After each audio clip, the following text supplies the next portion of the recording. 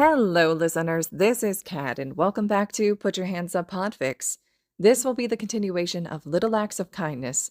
This will be Part 86, Chapter 86, entitled Reflection of the Ice Princess. Shodo glanced down at his left hand. It looked so normal, but he knew at any moment he could light it on fire. His mind kept replaying over what Midoriya had said. But unlike most of his classmates, it wasn't about the speeches the boy had given during this exercise. Instead, he was thinking about the events that took place during Hosu. Midoriya was smart. The boy had tried to help him when they were fighting Stain. "Use your fire to stop Stain from getting close," Izuku had cried out, desperation, panic, and fear clouding his voice as he laid on the ground unmoving. Shodo, in his arrogance, had ignored Midoriya and summoned more walls of ice, walls which had proven ineffective as Stain's blades had cut through them. It shouldn't have been possible. His ice was thick, and it would take incredible strength to break them down, either that or a quirk at play. But Stain's quirk had been some sort of paralysis quirk. He had used ice, but it hadn't been him who paid the price. Native, the hero that had been laying against the alleyway wall. "We failed to save Native. He died because we weren't good enough." Midoriya had so readily taken the blame upon himself, but Shodo knew the truth. It was his fault, because he hadn't used his fire. He had refused to use it to help someone, and for that, Shodo was worse than his father. Because as terrible as a father and human endeavor was, he did save people with his quirk.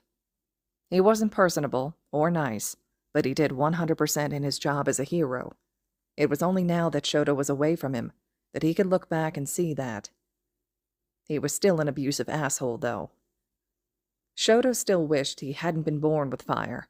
If he didn't have this cursed fire, he wouldn't have the dilemma of needing to use it to be a good hero. "Even if it came from your father, it's yours now.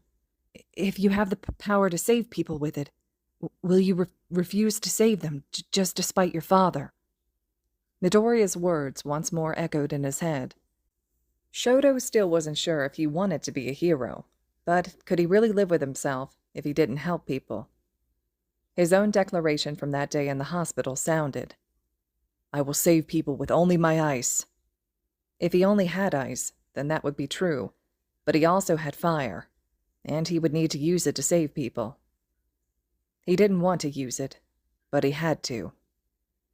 Shodo had been conflicted ever since then, reluctantly beginning to use his fire during training, but with return to classes had also brought in a new student, Hitoshi, Shodo's first friend. They had both ended up sitting together as the more anti-social people, the ones who didn't talk much, which led to Shodo learning about memes and different types of jokes and sarcasm. Hitoshi was a wealth of information. Just yesterday, before the video of Midoriya had played, his friend had told him about how people can like people of the same gender, could be different sexes than the sex they were born into. It made him think back to when he was younger, when he was spending time with Fuyumi. It had been a few weeks after his mom's breakdown, and she had been trying to cheer him up. She had taken him to their mother's room and showed him some of his mother's clothes. Eventually, it led to them wearing the clothes, laughing bright and happy as Shodo relaxed for the first time since coming home from the hospital. But then his father had come into the room and had been angry. So angry. He had told Shodo to change back into his clothes, and while Shodo did, hiding away in the bathroom as he did so, he remembered hearing his father yell at Fuyumi. Shodo couldn't remember the words, just that father had sounded angry, and that his sister hadn't said anything to defend herself. When he had exited, the yelling had stopped, and his father wasn't in the room.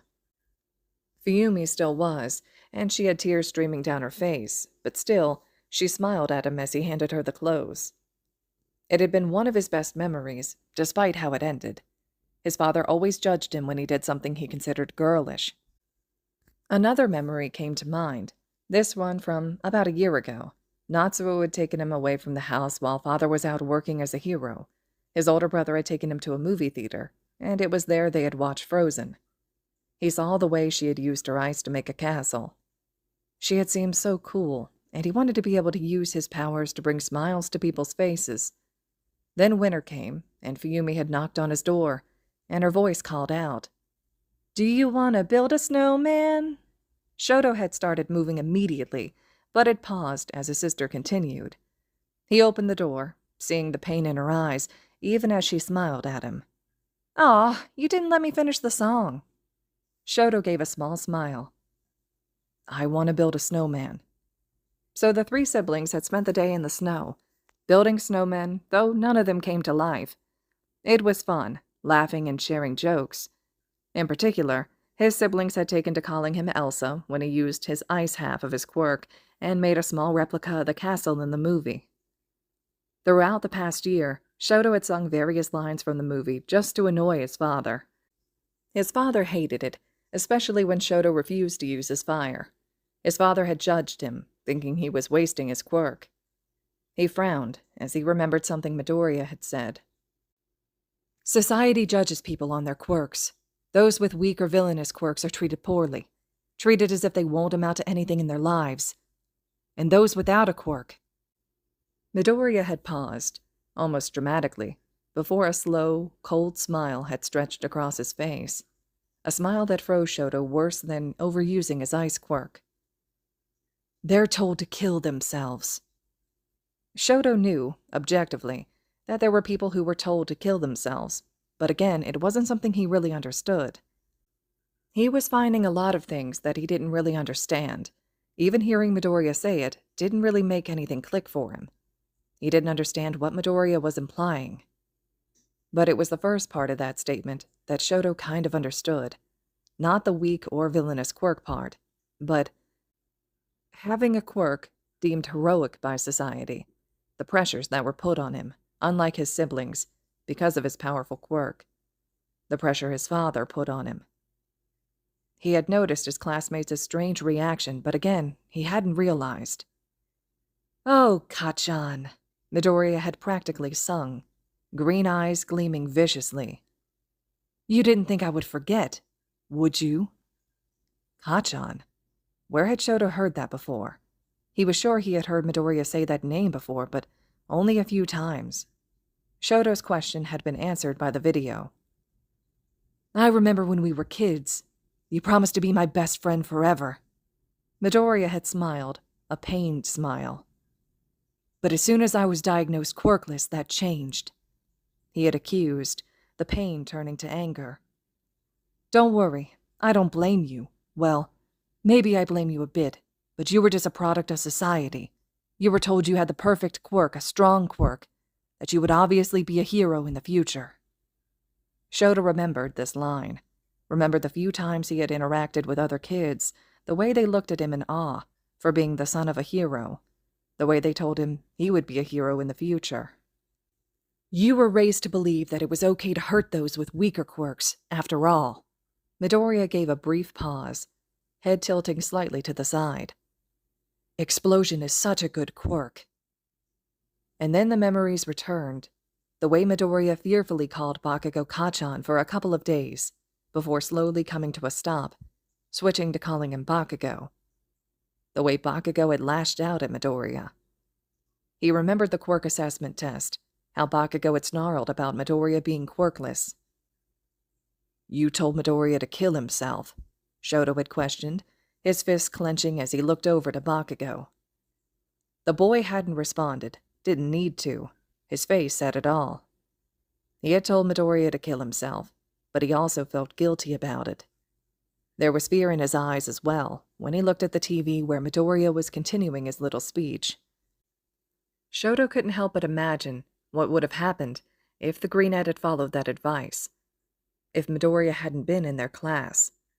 It had been Midoriya, after all, that had gotten him to start using his fire, thanks to his words in Hosu.